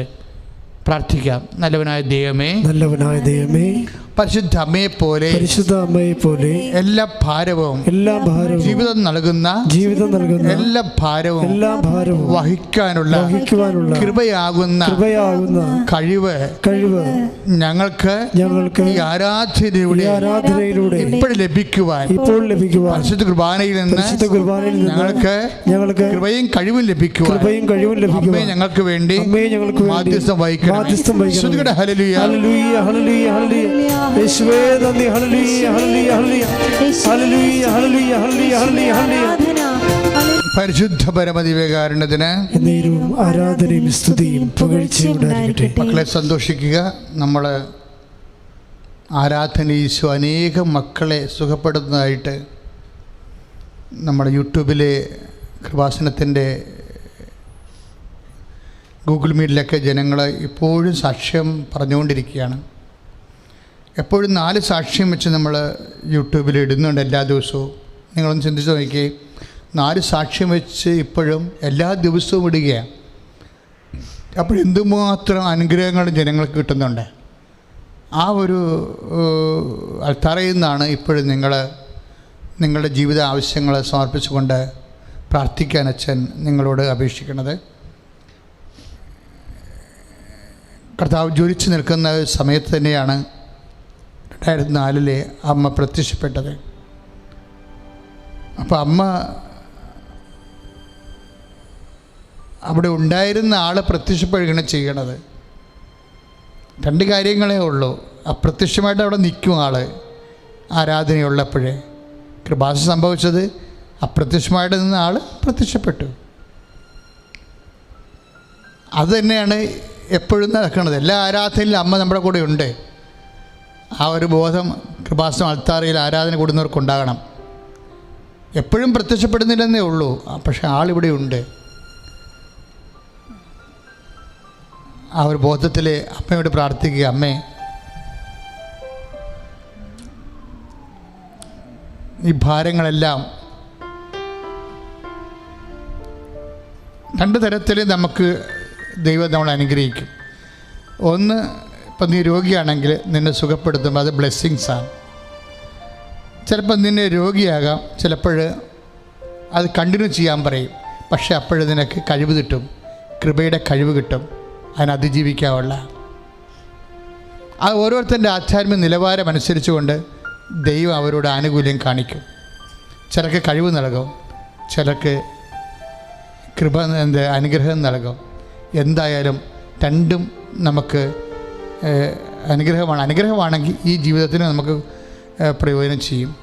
കൃപയാണെങ്കിൽ നിത്യത വരെ പ്രയോജനം ചെയ്യും. എപ്പോഴും നമ്മൾ ആർജിക്കണത് ദൈവം നൽകുന്നൊരു സംഭവം കഴിവാണ്, ദൈവമക്കളാകാനുള്ള കഴിവാണ്. അത് ആർജിക്കാൻ വേണ്ടി തുറന്നൊരു മനസ്സ് ജീവിതത്തിൻ്റെ പ്രാരാബ്ധങ്ങളോട് കാണിക്കണം. അച്ഛനോട് ഒന്ന് ചേർന്ന് പ്രാർത്ഥിക്കുക. കർത്താവേ, അങ്ങയുടെ തിരുമനസ്സ് അതെന്തായാലും അത് ഉൾക്കൊള്ളുവാനുള്ള വലിയ മനസ്സ് അതിനുള്ള കൃപയെ ആർജിക്കാനുള്ള കഴിവിനാൽ എന്നെ അഭിഷേകം ചെയ്യണമേ.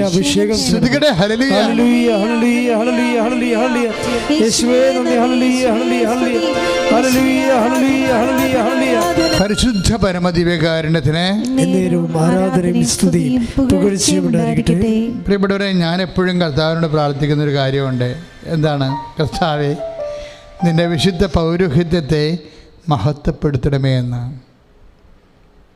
കാര്യം അത് ഞാൻ ആ പ്രാർത്ഥന പഠിച്ചത് അത് വലിയൊരു പ്രാർത്ഥനയാണെന്ന് എനിക്കറിയാം. നിങ്ങളുടെ രോഗങ്ങൾക്ക് വേണ്ടി, നിങ്ങളുടെ മക്കളുടെ കല്യാണം കഴിക്കാൻ നിൽക്കുമ്പോഴും അവർക്ക് വേണ്ടി പ്രാർത്ഥിക്കുമ്പോഴും, നിങ്ങളുടെ തെങ്ങ് ഫലം കായ്ക്കാതിരിക്കുമ്പോഴും അതിനു വേണ്ടി ഇവിടെ നിന്നുകൊണ്ട് പ്രാർത്ഥിക്കുമ്പോഴും, നിങ്ങളുടെ മക്കളുടെ വിസ എംബസിയിൽ കുടുങ്ങുമ്പോഴും അത് റിജക്റ്റ് ചെയ്യപ്പെടുമ്പോഴും ഒക്കെ ഞങ്ങൾ അൾത്താറിൽ നിന്ന് പ്രാർത്ഥിക്കും. എന്താ പ്രാർത്ഥിക്കുന്നത്? കർത്താവേ, അങ്ങയുടെ പൗരോഹിത്യത്തെ മഹത്വപ്പെടുത്തണമേ എന്നാണ്. എന്താ കാര്യം? ഈശോ പ്രാർത്ഥിച്ച, ഞാൻ ഈശോയ്ക്ക് എന്നാ പ്രാർത്ഥന കിട്ടിയത്, എനിക്ക് ഈശോ പ്രാർത്ഥിച്ച പ്രാർത്ഥനയാണത്.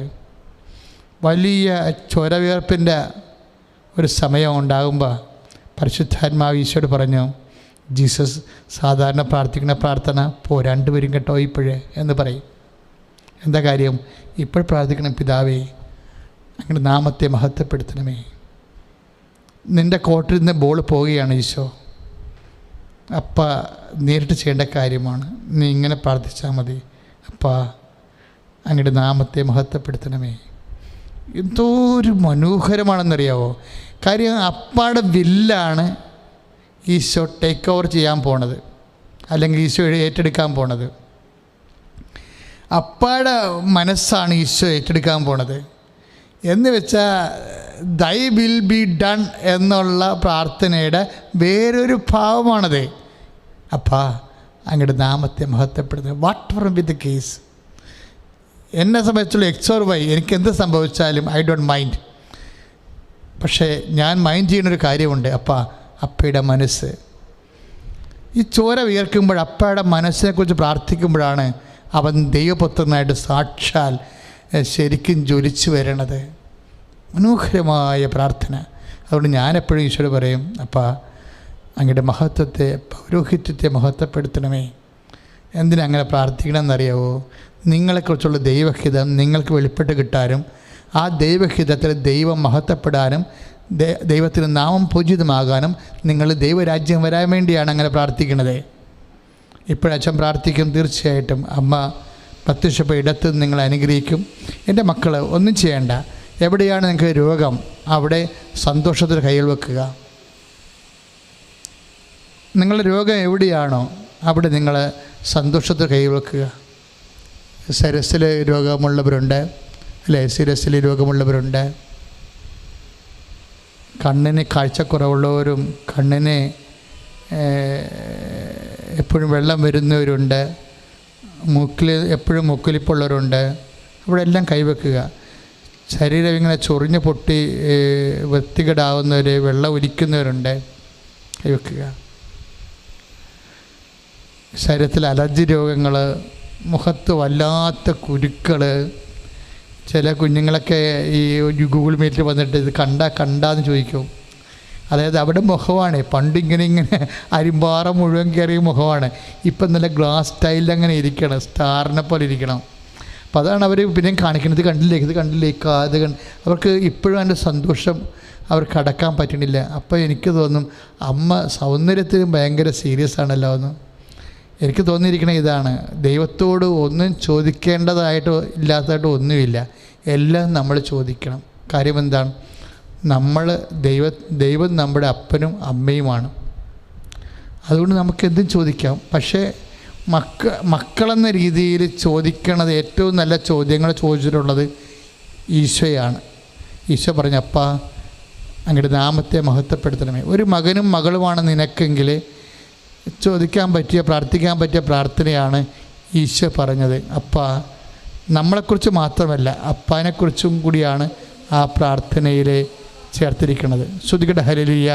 യേശുവേ സ്തോത്രം, യേശുവേ സ്തോത്രം, യേശുവേ നന്ദി. ഹല്ലേലൂയ, ഹല്ലേലൂയ, യേശുവേ സ്തോത്രം, യേശുവേ സ്തോത്രം. കർത്താവേ, അങ്ങയുടെ മക്കൾ ഇപ്പോഴേ പ്രാർത്ഥിച്ചുകൊണ്ടിരിക്കുകയാണ് ദൈവമേ. ഈശോ ഓരോ മക്കളെ ശരീരത്തിൻ്റെ ഓരോരോ ഇടങ്ങളിലെ, രോഗാതുരമായ ഇടങ്ങളിലെ കൈവച്ചുകൊണ്ട് പ്രാർത്ഥിച്ചുകൊണ്ടിരിക്കുക കർത്താവേ. ഈശോ അങ്ങയുടെ നാമത്തെ മഹത്വപ്പെടുത്തണമേ കർത്താവേ. സഭയിലുള്ള സാന്നിധ്യത്തെ പ്രകടമാക്കണമെന്ന് പ്രാർത്ഥിക്കുന്ന കർത്താവേ. കൈ സൂക്ഷിച്ചു പോയവരെ, കൈക്ക് വാദമുള്ളവരെ, ശരീരത്തിന് വാദമുള്ളവരൊക്കെ പ്രാർത്ഥിക്കുന്നുണ്ട് കർത്താവേ. കർത്താവ് ശരീരത്തിൽ കർത്താവ് നിൻ്റെ തന്നെ രക്തം മുഴുവനും ചോർന്ന് പോയിട്ട് കർത്താവ് ഇന്ന് തളർന്ന ഒരു സമയമുണ്ടല്ലോ കർത്താവ്, അതെല്ലാം നിനക്കറിയാൻ പറ്റും കർത്താവ്. അതുകൊണ്ട് തന്നെ കർത്താവ് മനുഷ്യൻ്റെ ശരീരത്തിൻ്റെ മേൽ കർത്താവ് ഇപ്പോൾ നീ കൈവെക്കണമെന്ന് പ്രാർത്ഥിക്കുന്നു കർത്താവ്. ഈശോ നിന്റെ ഉന്നതമായ നാമത്തെ കർത്താവ് നീ സ്പർശിക്കണം കർത്താവ്. ഈശോ നിന്റെ ഉന്നതമായ നാമത്തെ കർത്താവ് നീ മഹത്വപ്പെടുന്ന കർത്താവ്. ചിരങ്ങളുള്ളവരെ, ചൊറിയുള്ളവരെ, കുഞ്ചിക്ക് കർത്താവ് പരിമ്പാറ പോലെയുള്ള ഒരിക്കലും വിട്ടുമാറാത്ത മറ്റു മനുഷ്യരെ കാണുമ്പോഴേ അയ്യടാ എന്ന് പറയുന്ന രീതിയിൽ അവഹേളിക്കാനും കർത്താവ് മുഖത്ത് വിരൽ വെക്കാൻ പറ്റുന്ന രോഗങ്ങളുള്ളവരെ ഇപ്പോഴേ കർത്താവ് സുഖപ്പെടുത്തുന്നതായിട്ട് കർത്താവ് കാണിക്കുന്നുണ്ട്. തീർച്ചയായിട്ടും ഇപ്പോഴേ തൊലിക്ക് വല്ലാണ്ട് കറുപ്പ് കയറിപ്പോയവരെ, അതുപോലെ തന്നെ പല അരിമ്പാറ പോലെയുള്ള വിട്ടുമാറാത്ത കുരുക്കളെ ശരീരത്തിൽ പ്രത്യക്ഷപ്പെടുന്നവരെല്ലാം കർത്താവ് സുഖപ്പെടുത്തുന്ന സമയമാണ് കർത്താവ്. എല്ലാവരും ചോദിച്ച് പ്രാർത്ഥിക്കുന്ന കർത്താവ്, വല്ലാണ്ട് ശരീരം ചീർക്കുന്നവരെ, വയറ് തൂങ്ങുന്നവരെ കർത്താവ്, നെഞ്ച് തൂങ്ങുന്നവർ കർത്താവ്, ഈശോ ഇങ്ങനെ എന്ത് ചെയ്യണമെന്ന് അറിയാൻ പാടില്ലാതെ ഇതിനൊക്കെ മരുന്നുണ്ടോ, ഇതൊക്കെ ഡോക്ടറുണ്ടോ, ഏത് ഡോക്ടറോട് പറയാനാണ്, ഏത് ആശുപത്രിയിൽ പോകാനാണെന്നൊക്കെ ഓർത്ത് കർത്താവ് മനസ്സ് വ്യതിരിക്കുന്നവരെ കർത്താവ് ഇപ്പോൾ സ്പർശിക്കണമേ. അടിപ്പിടർ പോലെ, വൈദ്യാഘാതം പോലെ ദൈവികമായ കരുത്ത്, ദൈവികമായ ശക്തി ആ വ്യക്തികളിലേക്ക് കടന്നു ചെല്ലട്ടെ. യേശു നാമത്തിൽ അവർ സൗഖ്യം പ്രാപിക്കട്ടെ.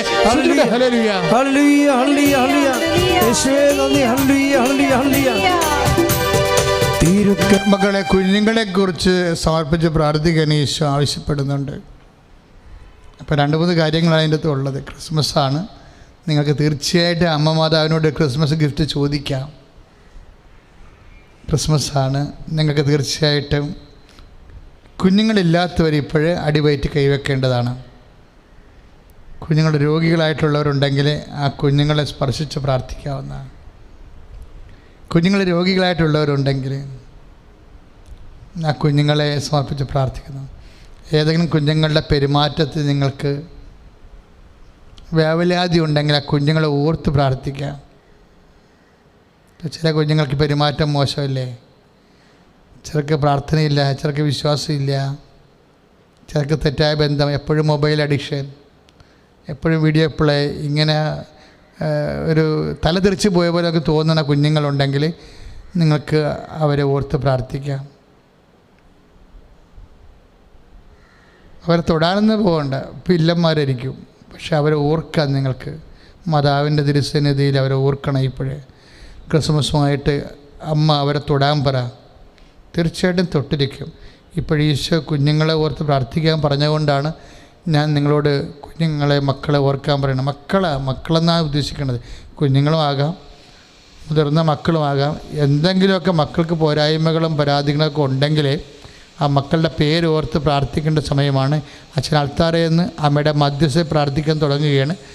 കുഞ്ഞുങ്ങളില്ലാത്തവരും പിന്നെ ഗർഭത്തിന് വല്ല കുഴപ്പമുണ്ടെന്നൊക്കെ ഡോക്ടർ പറയുന്നില്ലേ, അവരെല്ലാം അടിവയറ്റ് കൈവച്ച് പ്രാർത്ഥിക്കേണ്ടതാണ്. ആശുപത്രി കുഞ്ഞുങ്ങൾ കിടക്കുന്നുണ്ടെങ്കിൽ അവരെ ഓർത്ത് പ്രാർത്ഥിക്കണം. പിന്നെ കൂടുതൽ കുഞ്ഞുങ്ങളെ ജനിപ്പിച്ച് ദൈവത്തെ മഹത്വപ്പെടുത്താനുള്ള കൃപയ്ക്ക് വേണ്ടിയും പ്രാർത്ഥിക്കണം.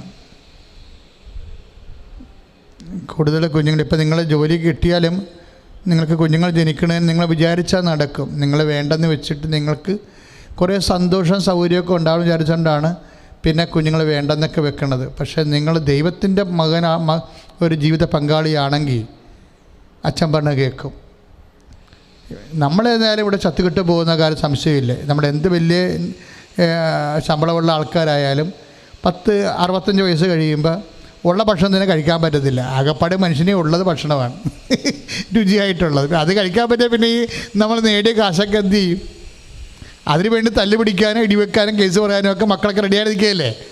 നിങ്ങൾക്ക് കുറച്ച് കഴിഞ്ഞൊക്കെ കാര്യങ്ങളൊക്കെ മനസ്സിലാകത്തുള്ളൂ. അപ്പം അതുകൊണ്ട് മര്യാദയ്ക്ക് മക്കളെ ജനിക്കട്ടെ. നിങ്ങളായിട്ടത് ഇത് വാസട്ടബിയും ട്യൂബിട്ടൊക്കെ നടത്തി കുഞ്ഞുങ്ങളെ ജനിപ്പിക്കാതിരിക്കരുത്. അതിൻ്റെ ഉദ്ദേശം ഫ്രീ ആയിട്ട് സെക്സ് ചെയ്യാൻ എപ്പോഴും ചെയ്യാനുള്ള ഉള്ളവരാണ് ഇത് വാസട്ടബിയും ട്യൂബിട്ടും നടത്തിയിട്ട് പേടിക്കാതെ സെക്സ് ചെയ്യാമല്ലോ. അപ്പോൾ അതിന് പേടിക്കാതെ സെക്സ് ചെയ്യാൻ വേണ്ടിയല്ല ക്രിസ്ത്യാനിയെ ദൈവം ഈ ഭൂമി ജനിപ്പിച്ചെന്ന് ഓർത്തേക്കണം. ഇവിടെ വിജാതിയിൽ അങ്ങനെ പല കാര്യങ്ങളും ചെയ്യും. അതും ചെയ്യാനുള്ള ബാധ്യത, ഏറ്റെടുക്കാനുള്ള ബാധ്യത ഒരു വിശ്വാസിക്കില്ല. കാര്യം നമ്മൾ ഇവിടെ ജീവിക്കാനുള്ളവരല്ല. നമ്മൾ 70-60 കൊല്ലമേ മാക്സിമം ജീവിക്കത്തുള്ളൂ. ഞാൻ മാതാവിനെ നേരിട്ട് കണ്ട ആളാണ്. അതുകൊണ്ടാണ് ഇത്രയും കൃത്യമായിട്ട് പറയേണ്ടത്. നിങ്ങൾക്ക് സംശയമുള്ളത് കൊണ്ടാണ് നിങ്ങളതിൻ്റെ ബബ കളിക്കണത്. ഇവിടെ സംശയിക്കേണ്ട ഒരു കാര്യമില്ല. ദൈവത്തിന് വേണ്ടി എന്തും ചെയ്യാൻ പറ്റുന്നുണ്ടെങ്കിൽ നിങ്ങൾ ചെയ്യാൻ വേണ്ടി അമ്മയെപ്പോലെ ഔഷധപിതാവിനെ പോലെ റെഡിയാകാൻ വേണ്ടി അഭിഷേകത്തിന് വേണ്ടി സ്വന്തം തലയെ കവിച്ച് പ്രാർത്ഥിച്ചേ. അച്ഛൻ പ്രാർത്ഥിക്കാം. ഇപ്പോൾ ദൈവം നിങ്ങൾ അനുഗ്രഹിക്കും. ശ്രുതികയുടെ ഹല്ലേലൂയ. കർത്താവേ, എല്ലാവരും അവരുടെ ശിരസ്സിൽ കൈവച്ചുകൊണ്ട് പ്രാർത്ഥിക്കുകയാണ് ദൈവമേ. കർത്താവ് എല്ലാവരും കർത്താവ് അവിടെ ശിരസ്സിൽ കൈവച്ചുകൊണ്ട് പ്രാർത്ഥിക്കണം. അമ്മേ എന്തിനൊക്കെയാണ് ഇപ്പോഴെന്നോട് അവരോട് തല കൈവെക്കാൻ പറഞ്ഞതെന്ന് അറിയത്തില്ല. അവരുടെ എല്ലാ ജീവിത പ്രശ്നങ്ങളെയും എന്തു തന്നെയാണ് കർത്താവ്, പല പ്രശ്നങ്ങളും ഇവിടെ നിന്ന് ചുരുങ്ങിയ സമയത്ത് ഇവിടെ കൈകാര്യം ചെയ്യാൻ എനിക്ക് പറ്റിയിട്ടുമില്ല. അതുകൊണ്ട് പരിശുദ്ധാത്മാവ് ഇപ്പോൾ പറഞ്ഞിരിക്കുന്നു അവരോട് ശിരസ്സിൽ കൈവച്ച് പ്രാർത്ഥിക്കാൻ. കർത്താവ് അവരുടെ ആവശ്യം എന്താണെന്ന് കർത്താവ് ക്രിസ്മസ് കാലത്ത് കർത്താവ് അവർ അങ്കലാപ്പപ്പെടുന്ന അവസ്ഥകൾ, അവർക്ക് ഭാവിയിൽ ഗുണമുണ്ടാക്കുന്ന വിഷയങ്ങൾ, അതിലേക്കെല്ലാം കർത്താവിൻ്റെ വലിയ പരിശുദ്ധാത്മാവ് ഇപ്പോൾ നിറയണമേ.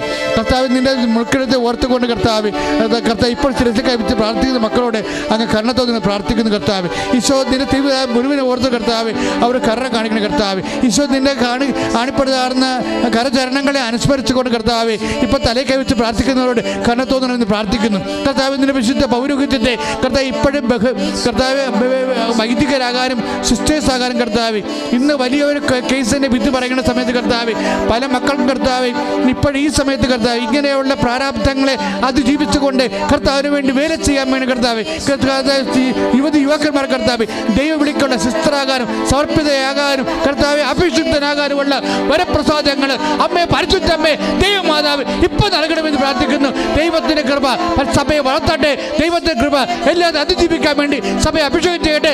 ശ്രുതികട്ടെ. ഹല്ലേലൂയ. ഹല്ലേലൂയ ഹല്ലേലൂയ യേശുവേ നന്ദി. Hallelujah hallelujah hallelujah hallelujah hallelujah.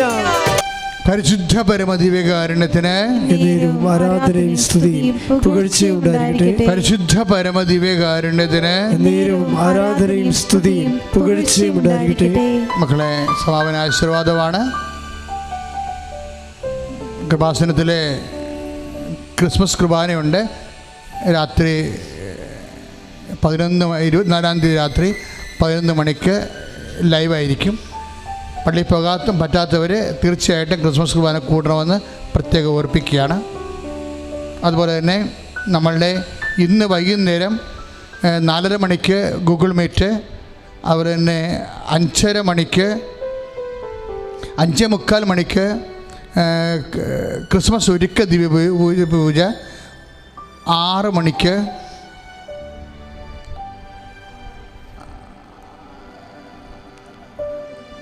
ഉടമ്പടി നൊവേന. ഈ ശുശ്രൂഷകളൊന്നും പ്രത്യേകിച്ച് ഗൂഗിൾ മീറ്റ്, അതുപോലെ തന്നെ 5:30-ക്കുള്ള 5:45-നുള്ള ക്രിസ്മസ് ഒരുക്ക ദിവ്യബലി, അതുപോലെ തന്നെ 6:15-നുള്ള മരിയൻ ഉടമ്പടി നൊവേന. ഇത് പൂർണ്ണമായിട്ട് കൂടാൻ വേണ്ടി പ്രത്യേകം ഓർപ്പിക്കുന്നു. ഇപ്പോഴും സമാപന ആശീർവാദം.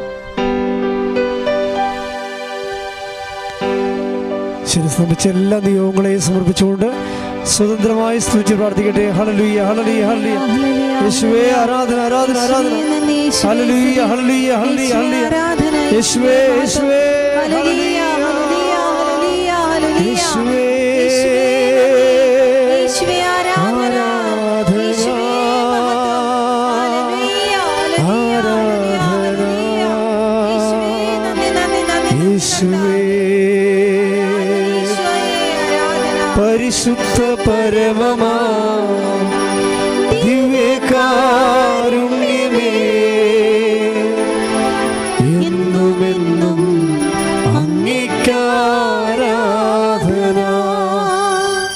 പരിശുദ്ധ പരമമാ ദിവ്യകാരുണ്യമേ എന്നുമെന്നും അങ്ങേക്കാരാധന. പരിശുദ്ധ പരമമാ ദിവ്യകാരുണ്യമേ എന്നുമെന്നും അങ്ങേക്കാരാധന. ആവേ ആവേ ആവേ മരിയ ആവേ ആവേ ആവേ